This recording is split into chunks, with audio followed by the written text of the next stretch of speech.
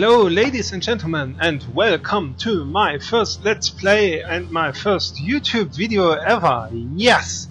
My name is Tao Zibao and I will be the host for the upcoming campaign in Crusader Kings 2. In this video I'm going to introduce some basics to Crusader Kings 2 itself.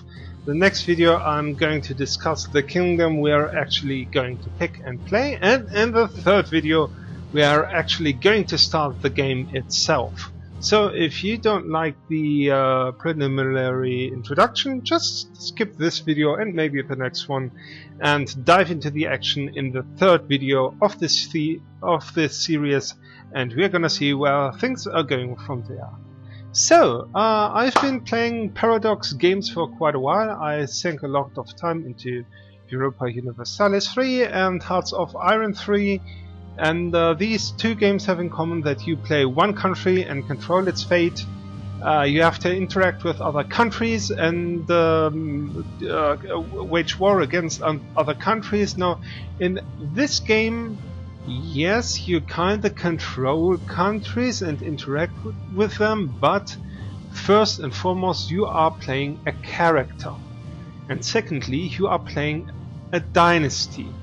So these characters and dynasties rule over territory, which may actually be countries or realms, but they may also be duchies and counties. So you have to dive into some personal relationships between different characters. There's some role play element going, and you can improve your character, and then you can just get a really bad one. And the personality of those individuals is very important. Okay, before we have a look at the game itself, I'm running this game on basically no DLC. Okay, there are songs in the background, the music is awesome. We're not going to use the ruler designer, the Mongol face pack, or the Dynasty Coat of Arms pack 1. I'm shortly going to talk. I'm going to talk about the old gods and Charlemagne for some introductory comments and my experience, but we will play the vanilla version basically. There are no mods active, so let's have a look at the game itself. Alrighty, you start off every time with this starting screen. Where do you want to start? There are 5 suggestions, 3 of which you can actually pick in the vanilla version. So this would be like the High Middle Ages, or the Age of the Mongols, or the Late Middle Ages, and the game should end in 14 something, I guess. High Middle Ages, that's the earliest starting point you can play in vanilla, and the only one that I've actually played in vanilla. Vanilla means without any DLC, add-ons, etc. So that's the earliest map in the year 1066. The Norman conquest of England is going on right now, so the current ruler of England is King Harold of Godwin. Here, that's his house of Godwin. They are Anglo-Saxons, and the where are they? No, Rouen. Here, Duke William of Normandy is at war with England. He wants to conquer it, and so is the King of Norway. And what else do we have? Okay, one feature about this map, this starting point, is that you can already see shapes, names which are familiar. Of course, England, Scotland, those ring a bell. There's Ireland. The island, of course, not yet unified, so there are some structures that you may not have heard of before. For example, I didn't know that there is an entity called Mumu. That is pretty interesting. Of course, there's France in a different shape than today, of course, but still there it is, and it's going to become the way, historically, of course, the way it is today. The Holy Roman Empire is a stable entity at the center of Europe. reaching down into Italy. There is the Byzantine Empire, which should later become like Turkey and Greece and several Balkan states. Poland, of course, that's a name that is familiar. Hungary, Sweden, Norge is Norway, Denmark. Yeah, so it's some things look familiar for us today, but they seem alien if you're not into this medieval world. So, historically speaking, the oldest DLC starting point that you actually can play is Charlemagne.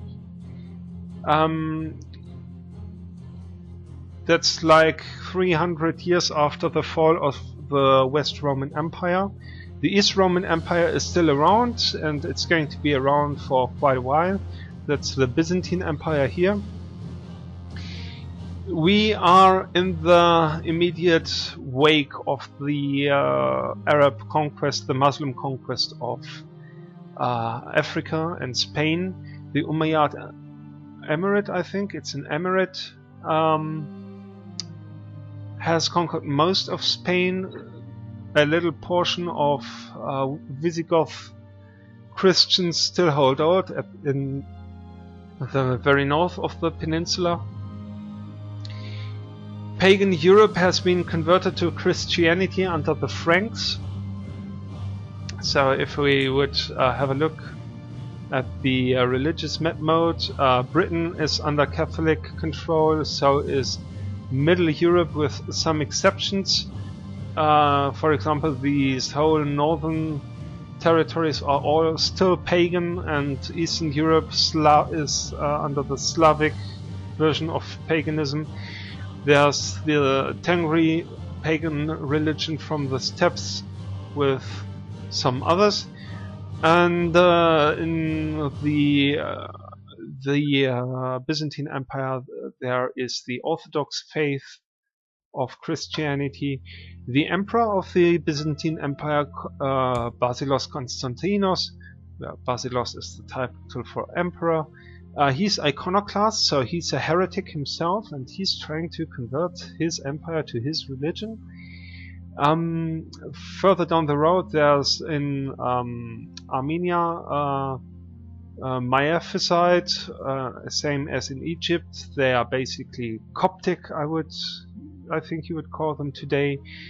In Egypt they are ruled by a Sunni ruling class, and they will try to convert their empire. Some Christianity is still present in Africa and in most of Spain, which may change soon. Speaking about this Muslim empire, there's also the Sunni-Shia divide, which I think it's still a thing, isn't it? In the Persian part of their empire there's the Zoroastrian faith, and further down the line there's India with its different religions. I have never taken a look into these because you need a certain DLC to play them that I don't have. I might be interested one day in actually playing Muslim factions, because to do this you need the Sword of Islam DLC. These two areas of the map or the campaign are behind a paywall, but what you get in the vanilla version is in itself actually pretty interesting. So historically speaking, the Muslim conquest was beaten back in Spain by the United Frankish Empire.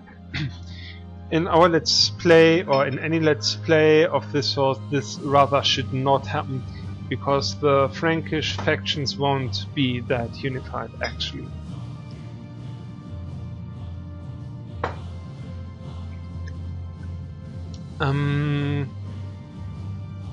England, of course. Some words about these small petty kingdoms. England is far from being unified. It's basically one culture if you don't count Wales and Scotland. This is Anglo-Saxon basically. And I played once as the King of Wessex.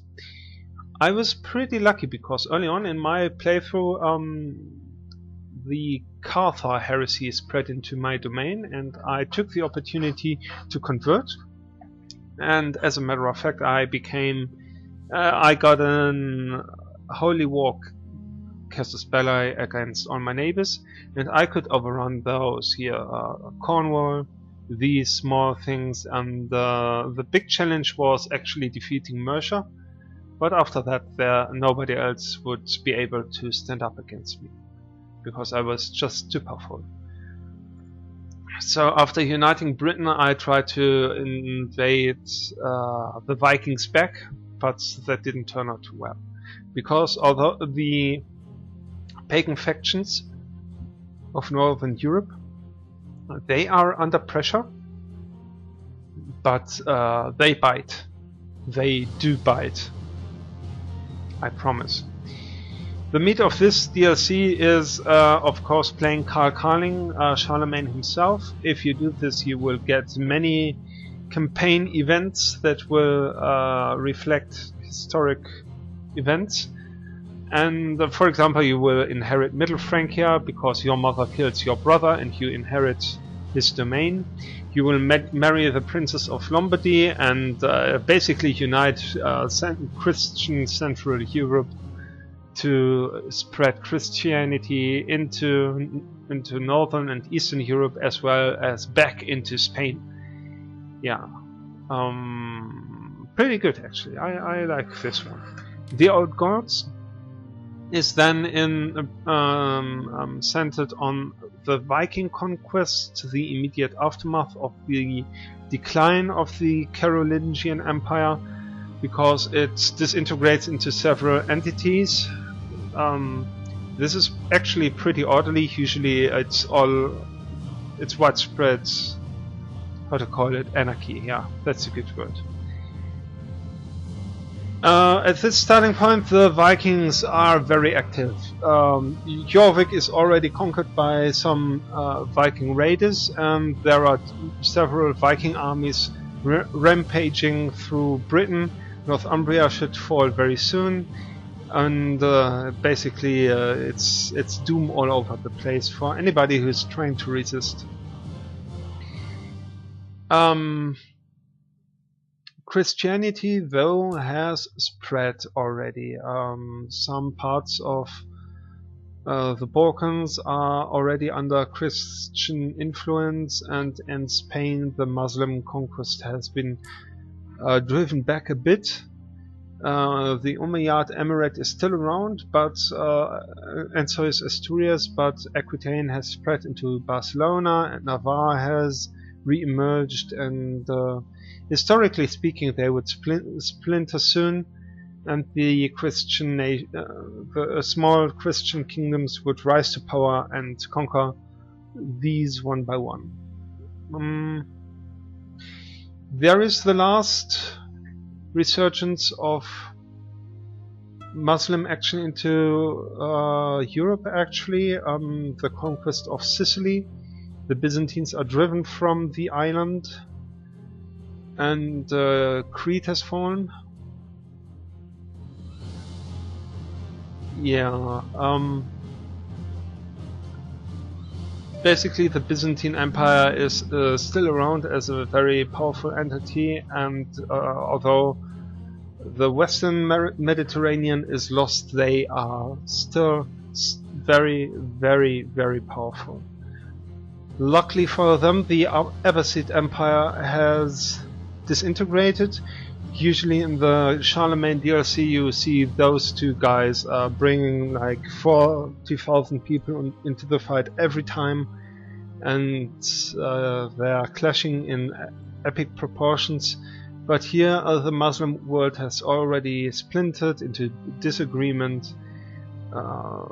That also has religious reasons. If you take a look, the Shia have become more powerful. Egypt is still Christian, basically, and the Zoroastrians are still around, so there you go, there's plenty of dissent, and the Byzantines should be able to take control of that situation. And then we are here in 1066, where we will start off next time by picking a kingdom which we will then go on a long playthrough. And I hope you enjoyed my introduction to the game itself. One more word, we're going to play Iron Man mode of course, and dive into more detail next episode. I hope to see you around, and thanks for watching.